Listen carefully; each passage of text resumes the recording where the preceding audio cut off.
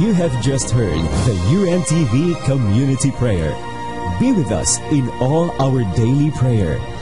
Or join our top-of-the-hour community prayer via web streaming. Just visit www.mcgi.org/cp.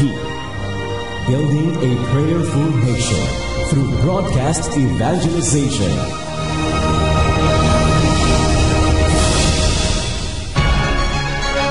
Radyo La Verdad 1350, ang UNTV Radio. Member KBP, kapisanan ng mga broadcaster ng Pilipinas.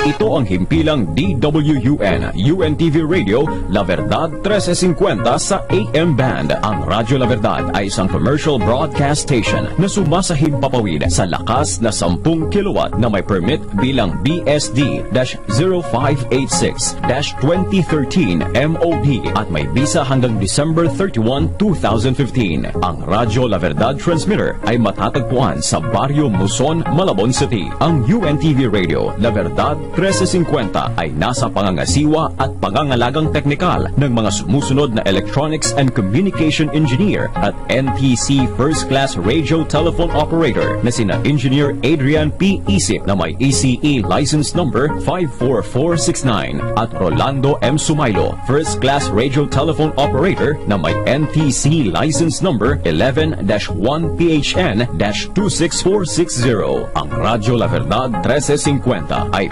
pansamantalang nagwawakas ng pagsasahim papawid. Magandang umaga, mga kababayan, ang pambansang awit ng Pilipinas. Bayang magiliw, perlas ng silanganan, alab ng puso, sa dibdib mo'y buhay.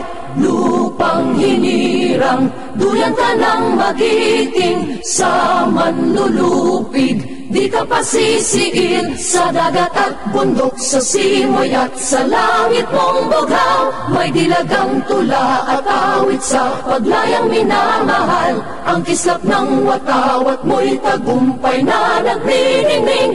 Ang bituin at araw niya kailan pa may di magdidilim. Lupa ng araw ng walhatit pagsinta, buhay ay langit sa piling mo. Aming ligaya na pag may mga api,